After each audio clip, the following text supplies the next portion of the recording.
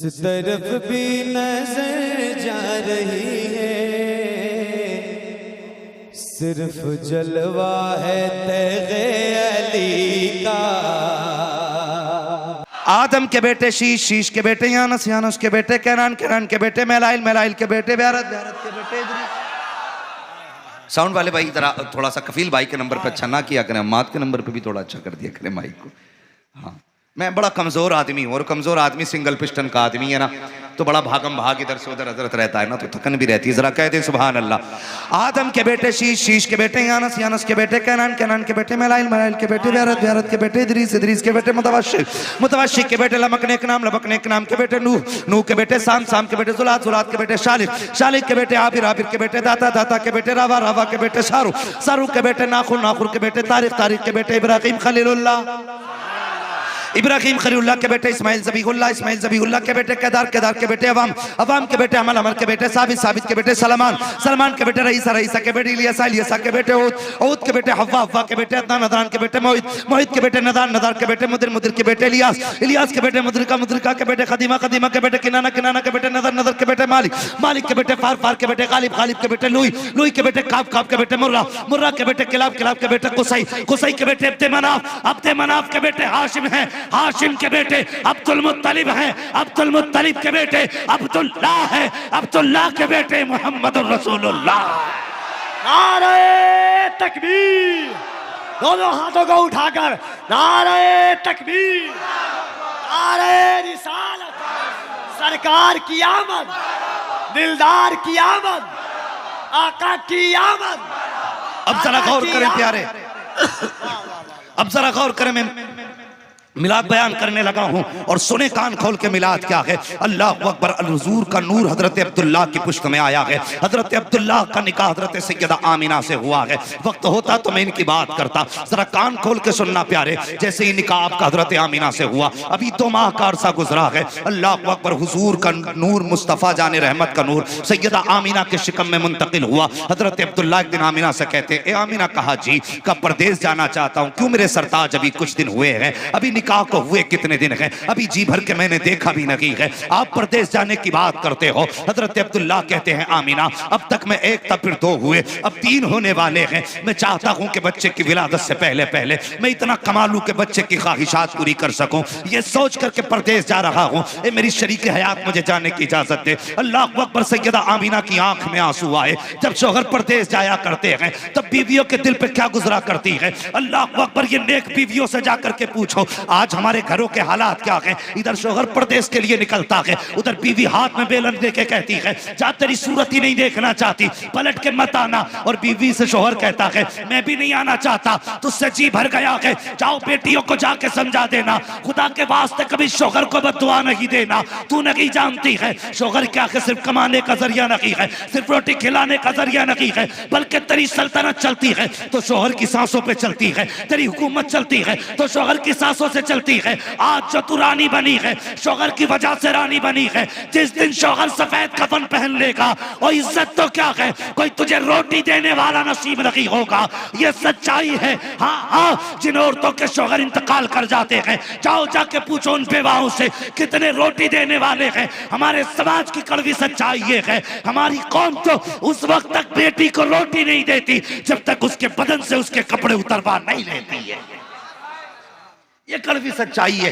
बेटियों को समझाना, खुदा के वास्ते अपने शोहर के लिए बद्दुआ न करना। सैयदा आमिना कहती, मेरे सरताज अभी दिन कितने हुए हैं। कहते हैं, मैं आमिना वादा करता हूँ कुछ दिन के बाद है आऊँगा वापस, तेरे साथ रहूँगा और तेरे हाथ की पकी रोटी भी खाऊंगा। ये कह के परदेश चले गए, रुखसत हुए। अल्लाह अकबर, जब वापस आने का वक्त हुआ, सैयदा आमिना ने घर की तैयारियाँ की। हर तैयारी सैयदा आमिना ने की। हजरत अब्दुल मुत्तलिब कहने लगे, आमिना क्या मामला है बेटी। कहने लगी, अब्बा जान आज मेरे अब्दुल्ला के आने का दिन है, अब्दुल्ला आने वाले हैं, मैं इसलिए घर सजा रही हूँ। अब्दुल्ला कह के गए थे, आमिना वापस आऊँगा तो साथ खाना खाएंगे। मैं अब्बा जान, मैं उस वक्त खाना खाऊंगी जब अब्दुल्ला आ जाएंगे। हजरत अब्दुल मुत्तलिब काबा शरीफ में तवाफ करने के लिए गए। इतने में एक शख्स दौड़ता हुआ आया, उसने आके कहा था, अब्दुल मुत्तलिब, कहा जी अगर खुदा नेमत दे तो क्या करना चाहिए। कहा शुक्र अदा करना चाहिए। अगर वो नेमत को ले ले तब क्या करना चाहिए। कहा सब्र करना चाहिए। कहने लगे, फिर सब्र करना का बात क्या है। कहा जरा दिल थाम के बात सुनिएगा। कहा जी, कहा आपका अब्दुल्ला वापस नहीं आना है। क्या हुआ कि आपके अब्दुल्ला का इंतकाल हुआ, तबीयत खराब हो गई। अल्लाह अकबर, कितना सुनना था। जानते हो जैसे हजरत याकूब को यूसुफ प्यारे थे 12 बेटों में, इसी तरह हजरत याकूब को 12 बेटे में हजरत अब्दुल्ला सबसे ज्यादा प्यारे थे, सबसे ज्यादा चहीते हजरत अब्दुल्ला थे। जैसी बेटे की मौत की खबर सुनी है ऐसा लगता था बिजलियां गिर गई हों। आप खुद को संभाल सके, बैठ गए जमीन पर, बड़ी मुश्किल से अपने आप को संभाला। खुद को तो संभाल लिया लेकिन ख्याल आ रहा था अब्दुल मुत्तलिब क्या जाएगा, घर जाके आमिना को क्या जवाब देगा, आमिना पूछेगी तो क्या कहेगा। अल्लाह अकबर, ये सोच करके आपने कदम आगे बढ़ाया। ऐसा लगता था जैसे जमीन पीछे सिमट रही हो। अब्दुल मुत्तलिब के कदमों को जमीन ने पकड़ लिया हो। घर जाने की कोशिश कर रहे हैं मगर हिम्मत जवाब दे रही है। जैसी दरवाजे पे पहुंचे हैं, सैयदा आमिना दरवाजे पे पहले खड़ी थी। अब बाबा जान बताइए मेरे अब्दुल्ला की कोई खबर है कि नहीं। कहते बेटी अब अब्दुल्ला का इंतजार ना करना, अब अपने राह उसकी ना तकना। जिस अब्दुल्ला का तुझे इंतजार था वो अब्दुल्ला वापस नहीं आना है। अल्लाह अकबर, ये कहते कहते हजरत अब्दुल मुत्तलिब की चीख निकली। सैयदा आमिना जमीन पे बैठ जाती हैं, अपने शिकम पे हाथ रखा, आसमान की तरफ देख के कहती हैं, ए मेरे परवरदिगार, अभी मेरे बच्चे ने अपने बाप का चेहरा तक नहीं देखा था, इसके बाप ने बच्चे का चेहरा नहीं देखा, इसके दुनिया में आने से पहले बाप का साया ले लिया गया, मेरा बेटा लावारिस हो गया है। आवाज आ रही थी, आमिना परेशान न हो, हमने महबूब का लावारिस नहीं बनाया है, बल्कि ये तो वो बच्चा है जो लावारिस नहीं बल्कि सारे जमाने का वारिस बन के जलवागर होने वाला है। नारे तकबीर, नारे रिसालत, सरकार की आमद, दीन इस्लाम, मजहब इस्लाम, ख्वाजा का हिंदुस्तान, कनीज़े फातिमा, नारे तकबीर, नारे रिसालत। तवज्जो है आपकी। अल्लाह अकबर, बैठ गई। मगर जानते हो हजरत आमीना फरमाती ना जैसे 3 महीने पूरे हुए, कहती पहली रात आई, मेरी आंख लगी ना, मैंने बड़ा हसीन खूबसूरत चेहरे वाला शख्स देखा। उसने आके मुझे सलाम किया। अब सुनना, हुजूर की पैदाइश, नसीब वाले हो यार हुजूर की उम्मत में पैदा हो गए, वरना कितने नबियों ने हुजूर की उम्मत में पैदा होने की तमन्ना की है, नसीब वाले हैं। अल्लाह अकबर, फरमाती ना आंख लगी तो खूबसूरत चेहरे वाला मर्द मैंने देखा। उसने मुझे सलाम किया। मैंने कहा आप कौन? आने वाले ने कहा आमीना मुझे आदम कहते हैं। क्यों आए हो? कहा मुबारकबाद देने। कहा किस चीज़ की मुबारकबाद? कहा तू नबियों के इमाम की माँ बनने वाली है। नबियों के इमाम की माँ बनने वाली। फरमाते हर महीने कोई ना कोई आता रहता। फरमाती जब ये पहली बार कोई आया ना, उसके बाद फिर क्या था, कहने लगी मैं एक दिन बैठी थी और मैं घर के बाहर बैठी थी, मेरे माथे पे पसीना आ गया, मैंने यूं हाथ लगाया ना, फरमाने लगी मेरा हाथ महकने लग गया, हाथ महक गया। मैंने जल्दी से दुपट्टे से हाथ साफ किया, फरमाने लगी फिर दुपट्टा भी महकने लगा। कहने लगी दस्तूर था अरब का कि बेवा औरतें खुशबू नहीं लगाती, लेकिन मैं डरने लगी, मैं तो अब्दुल्ला की बेवा हूं, या अल्लाह ये मैंने कोई खुशबू भी नहीं लगाई है, फिर मेरे बदन से खुशबू आ रही है। और औरतें मुझसे इसलिए हसद करती हैं कि कितनी औरतें तो उस वक्त लड़कियां इस हसद में मर गई थी कि उन्हें अब्दुल्ला नसीब नहीं हुए थे। हाँ, हजरत आमीना कहती हैं कि मुझसे औरतें हसद करती थी कि अब्दुल्ला का घर ही से मिला। कहने लगी मुझे डर था या अल्लाह अगर खुशबू किसी को पहुंच गई तो मैं क्या जवाब दूंगी। कहती मैं जल्दी से उठी, मैंने दुपट्टा धोया, फरमाने लगी खुशबू जानी तो बड़ी बात, जो पानी दुपट्टे से निकल के जा रहा था उससे भी खुशबू आ रही थी। कहती खुशबू इतनी बड़ी कि खुशबू ने मेरे घर की हदें पार कर दी। मैंने फिर निकलना ही बंद कर दिया, खुशबू की वजह से कोई सूंघेगा तो क्या कहेगा। कहने लगी मेरी खुशबू ने ना मेरे घर की दीवारें पार कर दी, पड़ोस की औरतों तक खुशबू पहुंची, औरतों में चर्चा होने लगा, आमीना बेवा होकर के खुशबू लगाती है, अभी कितने दिन शौहर के इंतकाल को हुए हैं, इसे अब्दुल्ला की जुदाई का कोई दर्द नहीं है। औरतों में बातें होने लगी। अल्लाह अकबर, वो बातें औरतों से मर्दों में पहुंची। शौहरों से कहा आमीना खुशबू लगाती है, और ऐसी खुशबू लगाती है जो अरब के बाजारों में कभी देखी नहीं गई है, कभी सूंघी नहीं गई है, न जाने कहां से खुशबू आमीना मंगाती है। अल्लाह अकबर, बात चलते चलते मर्दों में पहुंची। एक दिन अब्दुल मुत्तलिब काबे का तवाफ कर रहे थे, एक शख्स आके कहने लगा अब्दुल मुत्तलिब, कहा जी बड़ी इज्जत करते हैं हम आपकी, बड़ा एहतराम करते हैं। कहा फिर? कहा मगर एक बात कहना चाहते हैं। कहा कौन सी बात? का एक बात बताइए, क्या हमारा ये दस्तूर नहीं है कि अरब की औरतें अगर बेवा हो जाएं तो खुशबू नहीं लगाएंगी? कहा बिल्कुल दस्तूर है, अगर कोई लगाता है तो फरमाने लगे गलत करता है। कहने लगे फिर अगर गलत करता है तो बताओ तुम्हारे घर के अंदर अब्दुल्ला की बेवा आमना खुशबू क्यों लगाती है? अल्लाह अल्लाह अकबर। इतना सुनना था, हजरत अब्दुल मुत्तलिब की गर्दन झुक गई,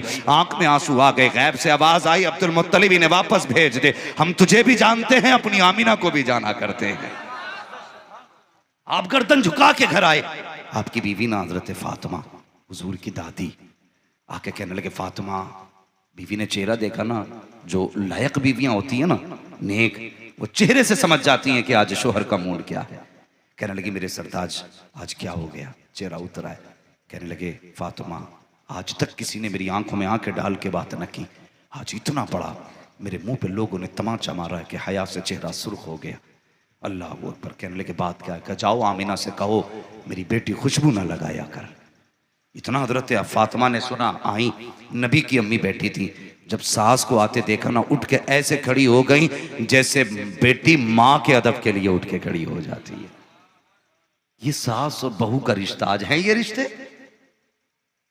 रिश्ते हैं आज। सबसे बड़ा अगर कोई अपोजिट पार्टी वाला है तो बहू के लिए सास, और सास के लिए बहू, ये सबसे अपोजिट मसला है इसका। हाँ, बस इलेक्शन करा दो तो घर में ही इलेक्शन हो सकता है, अलग से किसी गांव में इलेक्शन की जरूरत नहीं। 4 वोट वो काट लेगी, 4 वो काट लेगी। नहीं, ये झगड़े कब होते हैं? जब सास बहू बन के जीती है। ये झगड़े कब खत्म होंगे? जब मां बेटी बन के जीना शुरू कर देंगी, माँ बेटी बन के जीना शुरू कर देंगी। जरा सुनना प्यारे गौर से। अल्लाह अकबर। हजरत फातिमा हुई, हजरत आमीना उठ के खड़ी हो गई। कहने लगी आमीना, कहा जी अम्मी। कहा अब बेटी एक बात कहूँ? कहा क्या?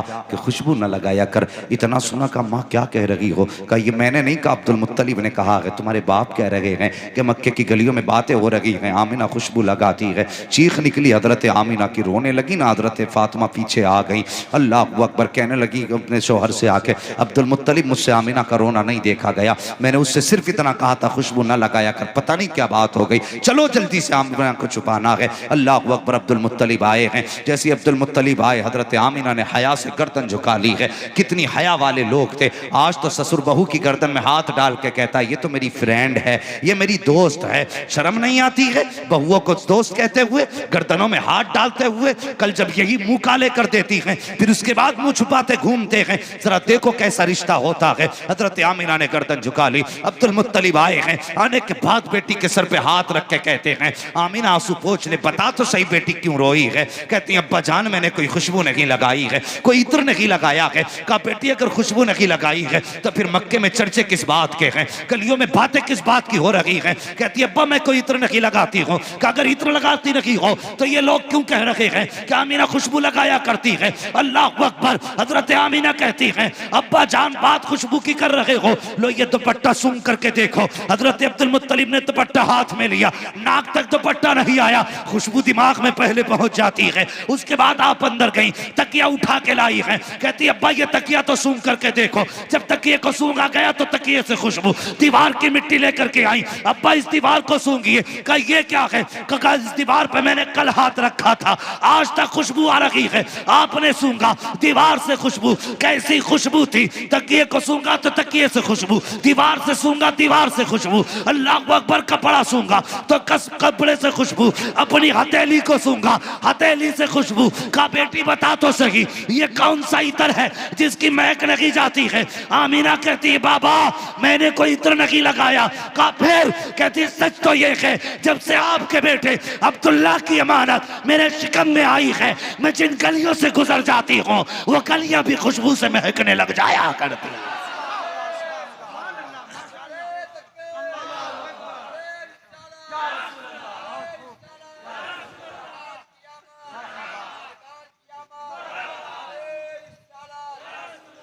शर्म नहीं आती? विलादत पे पहरे तू लगाएगा।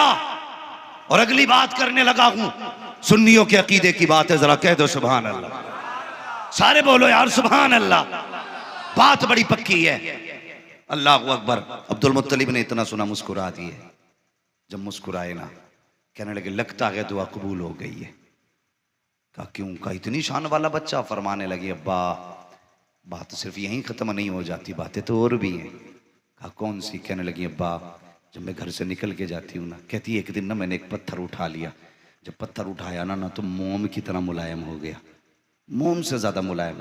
मैंने कहा या अल्लाह ये पत्थर मोम हो गया। कहने लगी, वो कंकर बोलने लगा, आमीना वक्त आने दे, जब तेरा लाल आ जाएगा ना, मैं तो छोटा पत्थर हूं, बड़े बड़े पत्थर पिघल जाएंगे,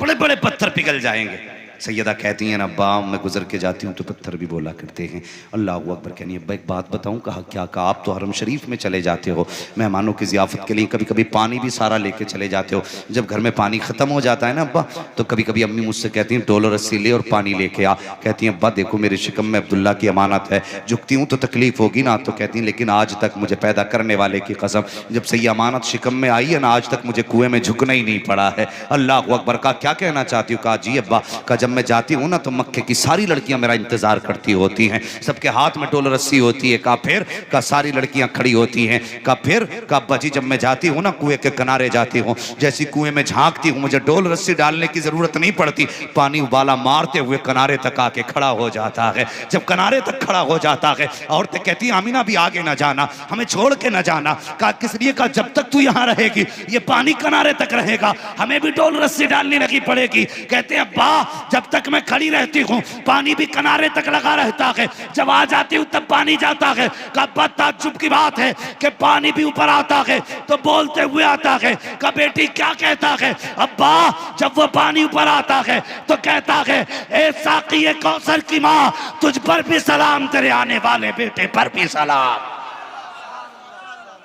अब जरा बताइए, हम सलाम पढ़े तो कहते बरेलवी है, यही है ना? हम सलाम पढ़े तो कहते कब्र पुज जाए। इन्हें बरेली वालों ने सिखाया। चल हमें तो बरेली वाले ने सिखाया, इस पानी को किसने बताया था? इन पत्थरों को कौन से जलसे में पता चला था कि हुजूर पे सलाम पढ़ना है? अल्लाह अकबर। तो ये सलाम अहमद रजा ने नहीं, ये सलाम तो पैदा करने वाले खुदा ने सिखाया है। समझ रहे ना मेरी बात? अल्लाह अकबर। अब जरा गौर करें प्यारे, बात बढ़ती गई, बहुत सारी बातें अगर तफसील से बयान करूं बड़ा वक्त होगा, बस सुने। फरमाती फिर वो रात भी आ गई जिसके लिए हमने ये लाइटिंग लगाई है, वो रात भी आ गई जिसके लिए ये जलसा हो रहा है, फिर वो रात भी आ गई जिसमें मुस्तफ़ा की विलादत होने वाली है। फरमाती जब वो रात आई ना, अब सुने, कहती सितारे भी नीचे आ गए, मुझे डर लगने लगा कहीं मेरे घर में गिर ना जाए, ये डर था कहीं मेरे घर में गिर ना जाए सितारे। फरमाती लगी इस डर से ना मैं परेशान थी, और कहती उस दिन मुझे अब्दुल्ला की जुदाई का एहसास हुआ। मैंने सोचा क्यों, जरा गौर करें। इसलिए फरमाती जिस दिन मेरे बेटे की विलादत हुई ना, उस दिन मेरे घर में चिराग में जलाने के लिए तेल तक नहीं था, तेल तक नहीं था। फरमाती उस दिन मुझे याद आई काश अब्दुल्ला होते मेरे घर में अंधेरा ना होता। फरमाती बस इतना सोचा था कि मेरे घर में अचानक पूरे घर में उजाला हो गया है। मैंने मुड़ के देखा ना तो बड़ी खूबसूरत चेहरे वाली मेरे पीछे खातून खड़ी। अल्लाह, मैंने कहा तू कौन? उसने कहा कि मैं जन्नत की हूरों की सरदार हूं। किस लिए आए हो? कहा हलीमा आमिना मैं तेरी दाया बन के आई हूं। अल्लाह अकबर, ये हुजूर की विलादत की बरकतें। कहा मैं तेरी दाया बन के आई हूँ। फरमाती फिर उसके बाद मेरे घर के अंदर परिंदे आए, उनकी चोंचों में मोती थे, उन्होंने सारे मोती मेरे घर बिस्तर के चारों तरफ डाले। फरमाती फिर मुझे एक प्याला दिया गया। फरमाती फिर मैंने वो प्याला पिया, फ़खरज मिन्नी नूर, मेरे जिस्म से नूर निकलने लगा। फरमाती जब नूर निकला ना मेरे जिस्म से, फरमाती अल्लाह अकबर, मेरे बेटे की विलादत हो गई। हुजूर दुनिया में तशरीफ़ लाए। जैसी आका आए ना, जानते हो पहले नबियों की खासियत ये थी, जहाँ उनकी सवारियों के कदम मिलते थे ना, लोग वहाँ सजदे करते थे, जहाँ उनके तबर्रुकात होते थे वहाँ ज़मीन पे सजदे किए जाते थे। लेकिन हुजूर आए ना, हुजूर ने आते ही ज़मीन पे पेशानी रख दी। जैसी हुजूर ने पेशानी रख दी, रब ने ऐलान कर दिया बंदो अब हुजूर के कदम न ढूंढना, महबूब की पेशानी लग गई है, मैंने सारी ज़मीन पाक बना डाली। हुजूर आए, सारी ज़मीन पाक कर दी गई। बातें बहुत सारी हुजूर की विलादत की, हुजूर जलवागर हो गए। लेकिन सुनो, हुजूर आए कायनात मुस्कुराने लगी, हुजूर आए बेवाओं को सहारा मिल गया, हुजूर आए यतीमों का सहारा हो गया, हुजूर आए परेशान लोगों का सहारा बन गया। लेकिन आज एक बात कहूँ आपसे, हुजूर परेशानों का सहारा बन के आए, लेकिन मेरे समाज एक बात तुमसे बड़ी तकलीफ के साथ कह रहा हूँ, हम एक तो पहले लोग ये होता था कि लोग मरने से डरते थे, जिंदगी से डरते थे, कहते थे यार मर जाएं तो अच्छा हो। लेकिन अब लोग मरने से डरने लगे, इसलिए कि मैयत पे खर्चे ही इतने कर दिए। एक तो बंदा मरा है, उसके कफन का खर्चा, उसकी लकड़ी का खर्चा है और ऊपर से बिरयानी के भगोने, डेगे चलनी है, डेगे सुन्नियत है, बरेलवियत। ये बता रहा हूं मैं अपने लोगों को। 40वां होता है ना, जब तक दावत ना हो मिलाद सुनने ही बंदा नहीं जाता। दावत एक की करो तो 40वें में लिपट लिपट के जा रहे हैं खाने, ऐसा लगता है 40वां नहीं वलीमा है कोई। शर्म आनी चाहिए। पूछो इन उलमा से इस खाने के बारे में आला हज़रत ने क्या किया। हाँ, हम तो खाना भी भूखे होके जाते, भाई आज 40वें में जाना है, मिलाद की दावत है भाई, हया किया करो। जब कोई इंतकाल कर जाया करे, मज़े लेने के लिए, पेट भरने के लिए ना जाया करो। अल्लाह अकबर, जहाँ तक हो सके अपने घर खाया करो, या खा के जाया करो, या आके खाया करो। वो खाना उन लोगों के लिए होता है जो अपने वक्त पे घर तक नहीं पहुँच सकते हैं, जो मेहमान है, परदेसी हैं, उनके लिए खाना होता है। आज तो नमक का पानी पी पी के 40वें की दावत खाने जा रहे हो। हया आनी चाहिए यार। उससे पूछ जो दुनिया से गया है, अपने पीछे यतीम छोड़ के गया है, अपने पीछे बेवा छोड़ के गया है। तुझे क्या पता यतीमी का दर्द क्या होता है? तुझे तो बिरयानी से मतलब है। तुझे क्या पता बेवा से पूछ उसका दर्द क्या है। आज उसने सफेद दुपट्टा ओढ़ लिया है, पूरी जिंदगी ये सफेद दाग उसके दिल से नहीं जाएगा। शौहर की जुदाई का एहसास पूरी जिंदगी रह कर रुलाएगा। पूछा तो करो कभी बेवाओं से उनकी जिंदगी कैसी गुजरती है। हमने तो 40वें को खाने का ढोंग बना लिया है, हमने तीजे को पेट भरने का जरिया बना लिया है। और यार ये मुस्तफा का दीन नहीं है, ये मसला के आला हजरत नहीं है। मसला के आला हजरत ये है, अगर तुम्हें किसी गरीब के इंतकाल का पता चल गया था तो होना तो ये चाहिए था कि तुम पानी पी के ना जाते, अपनी जेब में 100-500 रुपए डाल लेते और जाके पूछते कि बताओ ये जो जनाजा रखा है इसकी बेटी कहाँ है, जिसका ये जनाजा रखा है इसका बेटा कहाँ है। देखना गौर करके, किसी कोने में बेटी रोती होगी, करके किसी कोने में बेटा आंसू बहा रहा होगा। उसकी बिरयानी खाने ना जा, बल्कि 500 रुपए जेब में डाल और जाके यतीम की जेब में डाल दे। मैं नहीं जानता ये दुनिया क्या कहेगी अगर तू 500 रुपए जाकर के यतीम की जेब में डाल देगा। इधर यतीम राजी होगा, उधर मदीने वाला मुस्तफा राजी हो जाए। ये मसला के आला हजरत है। लेकिन आज डर रहे लोग, गरीब की तो साहब मौत मौत भी नहीं रह गई। हुजूर आए तो गरीबों को इज्जत मिली है, हुजूर आए तो मजदूरों को इज्जत मिली है। उनकी चौखट पे दौलत नहीं देखी जाती, उनकी चौखट पे दिल देखे जाते। मुझे बताओ वो सच्चे आशिक कहलाएंगे जो मिलाद में दावत हो तो सुनने जाएं और दावत ना हो तो ना सुनने जाएं? ये हुजूर से इश्क है या खाने से इश्क है? शर्म आनी चाहिए। मरना है हमें, रोटी मिले ना मिले, अगर बात हुजूर की मिलाद की हो ना तो फिर रोटी ना देख, जगह देख, बातें कहाँ हो रही है। और हुजूर की महफिल में जाके बैठ जाया करो, हुजूर की महफिल में बैठा करो। आज हमने मैयार बदल दिए, दावत मिलाद का मैयार हो गया। लंगर ना मिले तो बंदा जलसे ही सुनने नहीं आता। हाँ, जलसे की नीयत लेके आ, लंगर तो अल्लाह खुद खिला डालेगा भाई, लंगर तो अल्लाह खुद खिलाएगा। जब तू आएगा तो हुजूर का मेहमान बन के आया है। ओ यार, मेरा मेहमान भूखा नहीं जाता, हुजूर का मेहमान कैसे भूखा जा सकता है? तो नीयत लंगर की नहीं, नीयत हुजूर की लेके आ, लंगर हुजूर की तरफ से मिल जाएगा। करेंगे इंशाअल्लाह ऐसा ही। और सुन लियो, तुमसे गुजारिश है, बंद करो ये 40वें की दावतें, बंद करो ये तीजे की दावतें, बंद करो ये 20वें की देगे। हाँ, एक वक्त खाने से तुम्हारा भला नहीं हो जाएगा, लेकिन एक वक्त खिलाने से किसी गरीब का नुकसान जरूर हो जाएगा। हाँ, कितने गरीब तो ऐसे गए दुनिया से कि उन पे 50-50 हजार के कर्जे रह गए। पूरी जिंदगी यतीम कर्जे निपटाते रह जाएंगे। हमारी कौम दरवाजे बैठ के पूछती कितने चावल की बिरयानी बननी है। शर्म कर यार, शर्म कर। पूछ बेवा से जाके जिसके सर पे सफेद चादर आई है। यतीम से पूछ यार जिसने बाप खोया है, क्या भूल पाएगा इस दर्द को वो? तुम बाहर प्लेटों के लिए लड़ गए, यतीम माँ से पूछता रहा, अम्मा ये कौन लोग हैं? ये वो हैं जो अब्बा को दफन करके आए? क्या इसीलिए दफन करके आए कि हमारे घर आकर के ये प्लेटों के लिए लड़े? शर्म आती है यार, शर्म आती है। बदलो समाज को। रोटी वाले ना बनो, बनना है तो मुस्तफा वाले बनो। दावत वाले ना बनो, बनना है तो मुस्तफा वाले बनो। हाँ, यतीमों का दर्द समझो। तुम्हें पता है ना हुजूर यतीम है, मगर तुम्हें पता है कभी हुजूर की चौखट पे कोई यतीम आता ना, हुजूर पूछते तो रो देते। कोई पूछता हुजूर आप क्यों रोए? मेरे नबी कहते मैंने इस यतीम को देखा ना, अपनी यतीमी का दौर याद आ गया। मुझे पता है जब बाप की याद आती है तो कितना सताती है, माँ के बगैर जिंदगी गुजरती है तो कैसे लगती है। ये हुजूर फरमाया करते थे, आज यतीमों का कोई दर्द नहीं। मेरे हुजूर यतीमों का सहारा बन के आए। सारे लोग जन्नत में जाना चाहते हैं ना, जाना चाहते हैं ना सारे लोग जन्नत में?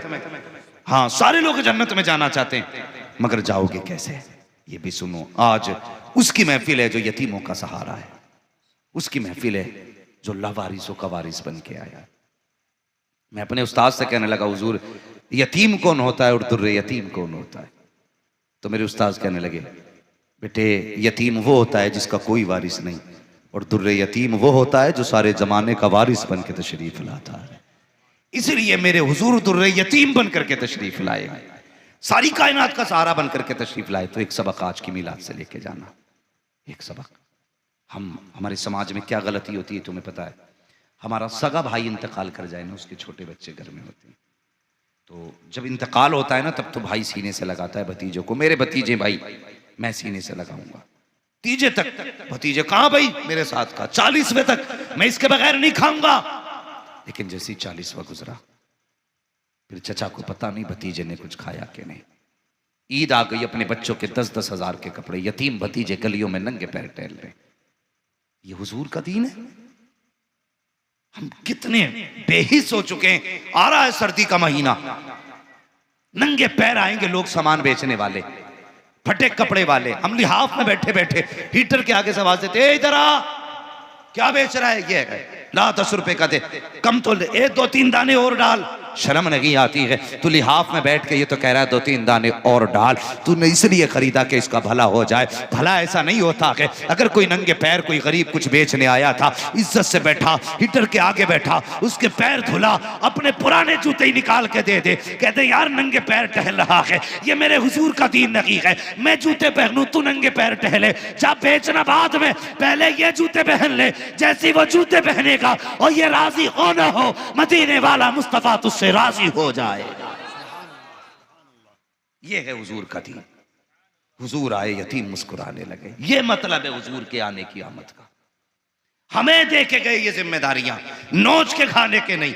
कई भतीजों के झगड़े हैं जिनको लेकर के चचाएं, आज कोर्ट में जाके देखो, वो कह रहा है चचा ने जमीन मैंड इधर कर दी, चचा ने इतनी काट ली, चचा इसलिए जहर दिलवा रहे हैं भतीजों को ताकि भतीजे मिल जाए, भाई की जायदाद मिल जाए। नहीं, खुदा के वास्ते दिलों में रहम पैदा करो, दिलों में एक दूसरे की मोहब्बत पैदा करो, दिलों में जगहें पैदा करो। अगर दिलों में जगहें नहीं तो फिर हुजूर से मोहब्बत का रिश्ता कैसा? दिलों में जगहें नहीं तो फिर हुजूर से निस्बत का रिश्ता कैसा? मैंने कहा था घर सजाना शौक से, लेकिन इस बार दिल भी सजाने हैं, इस बार दिल ऐसे सजाने हैं। इतना बड़ा मजमा बैठा है, ऐसी हजारों महफिलें सजेंगी, लेकिन जरा दिल पे हाथ रख के बताना मेरे भाई, मुझे सच बता के इतने बड़े मजमे में किसी के दिल में भाई की तरफ से नफरत नहीं है? कोई भाई से अदावत नहीं रखता है? कोई बाप का मुखालिफ नहीं है? कोई दोस्त का मुखालिफ नहीं है? किसी के दिल में एक दूसरे का इनाद नहीं पल रहा है? कितने ऐसे बैठे होंगे जिनके दिलों में बुग़्ज़ और इनाद है, नबी के जलसे में आके बैठे हैं। मैं कहता हूं कोई फायदा नहीं ऐसे आने का। अगर आए हो तो काले दिलों को साफ करके जाना, ये तो जलसा है। अगर बंदा मस्जिद में भी इनाद लेके जाता है, अल्लाह फरिश्तों से कहता है इससे कह दो ये लाख गुस्ल करके आए, 1000 वुज़ू करके आए। अगर दिल साफ नहीं है तो मुझे सजदे भी प्यारे नहीं है। अगर चाहता है सजदे कबूल हो, दिल साफ करके आ जाए, मैले कपड़ों में भी सजदे कबूल कर लिए जाएंगे। अगर चाहते हो जलसा कबूल हो तो दिलों के मैल निकालो, दिल सजाने आज अहद करके जाओ। इस बार 12वीं तारीख आने से पहले पहले सबको माफ करेंगे इंशाअल्लाह। बोलो इंशाअल्लाह। कुछ कहते हैं मैं गया ना, मेरी मूंछ पे घी का चिराग जलता, ये बुझ जाएगा। और तेरी मूंछ आला या हुजूर की मोहब्बत आला है? खुद बता। फरमाया गया जो अपने रूठे भाई को पहले सलाम कर देता है, अल्लाह उसके हक में जन्नत वाजिब फरमा देता है। मना के देखो यार अपनों को, ये अंदर की घुटन जो है ना ये खत्म हो जाएगी। अपनों को राजी करने की कोशिश करो, जो रूठे उन्हें मना लो। तुम्हें पता है मेरे हुजूर ने फरमाया जिससे अपने नाराज हैं ना, मैं भी उससे नाराज हूं। ये याद रखना, अपने रूठे हुए को मना लो। गलती हो जाती है, छोटों से भी हो सकती है, बड़ों से भी हो सकती है। अगर बड़े ने गलती की है या छोटे ने की है, छोटे के दरवाजे पे जा और उससे कह यार मुझे माफ कर दे। वो कहेगा बड़ा होके आया, कहना नहीं मैं आज हुजूर की मोहब्बत में तेरे दरवाजे पे आया हूं, अपने लिए नहीं हुजूर के लिए माफ कर दे। अल्लाह की कसम फरमाया जो पहले सलाम करता है अल्लाह उसके सारे गुनाह माफ फरमा देता है। ये जलसों के मतलब है। इस बार 12वीं में सारी नफरतें खत्म करनी है। और सिर्फ एक रिश्ता रखना है, हुजूर की मोहब्बत का रिश्ता होना चाहिए, एक रिश्ता। मैं फिर कह दूं आपसे, ये जितने भी सिलसिले हैं, कादरी, चिश्ती, सोहरवर्दी, ये सारे रिश्ते हुजूर तक पहुंचाने के लिए, ये जहन में बात रखना, सारे सिलसिले हुजूर तक पहुंचाने के लिए है, बांटने के लिए कोई नहीं है। हाँ, एक जगह खड़े हो जाओ, कादरी, चिश्ती, सोहरवर्दी, जितने भी सिलसिले वाले हैं सब एक जगह खड़े हो जाओ, लेकिन शर्त है ये इस महफिल में वही खड़े होंगे जो हुजूर के बाद अब होंगे। बदअकीदों से हमारा कोई समझौता, सारे बोलें कोई समझौता नहीं होगा ना, इंशाअल्लाह नहीं करेंगे। हमारा समझौता उन्हीं से होगा जिनका ईमान सलामत होगा। हाँ, ये इस बारहवीं का पैगाम याद रखना, हमें हुजूर से रिश्ते मजबूत करने हैं और आइंदा साल, इस साल से भी बढ़ के बड़ी महफिल सजानी है, इस साल से भी बड़ी महफिल सजानी है और जमाने को बताना है वो जो न थे तो कुछ न था, वो जो ना हो तो कुछ ना हो, जान है वो जहान की, जान है तो जहान है। क्यों ना हुजूर के जलसे सजाएं। अल्लाह अकबर। आला हज़रत फरमाते हैं, ज़मीन व ज़मा तुम्हारे लिए, मकीन व मकान। दिलबर भाई आ गए, फिर ये पढ़ेंगे फिर आप बोलेंगे। हाँ, मेरी बातें तो ज्यादा कड़वी थी इसलिए शायद बोलने में तकलीफ हुई, मगर सच्ची बातें थी। मैं यही चाहता हूं भाई कि आपने बुलाया, इतनी मेहनत से जलसा किया ना, तो कुछ सबक आप तक पहुंच जाए, कुछ सबक पहुंच जाए। तो अब 40वें की दावत पे लड़ेंगे। मैं तो कहता हूं बिल्कुल बंद कर दो इस खाने को, होना ही नहीं चाहिए। और ये दावत है तो बिल्कुल आला हज़रत ने मना फरमाई है। गरीब का सहारा बनो, बोझ ना बनना है, महंगा पड़ जाता, कफन का खर्चा, ऊपर से चावल का खर्चा, 40वां होते होते एक शादी का पूरा खर्च बंदा कर डालता है नहीं है? तो इसके खत्म करना है। अब जरा मेरे साथ पढ़ लें, जमीन व जमा, मकीन व मकान, चुनीन व चुना, बने दो जहां, दहन में जबा, बदन में है जा, हम आए यहां, उठे भी वहां, सबा वो चले के बाग फले, वो फूल खिले के दिन हो भले, लिवा के तले सना में खुले, रजा की ज़बान तुम्हारे लिए, वरफ़अना लका ज़िक्रक। महबूब, हमने आपके जिक्र को बुलंद किया और इतना बुलंद किया, खुदा अहले सुन्नत को आबाद रखे, मोहम्मद का मीलाद होता रहेगा। बस हुजूर के जिक्र की महफिल सजाते रहे। लेकिन एक गुजारिश,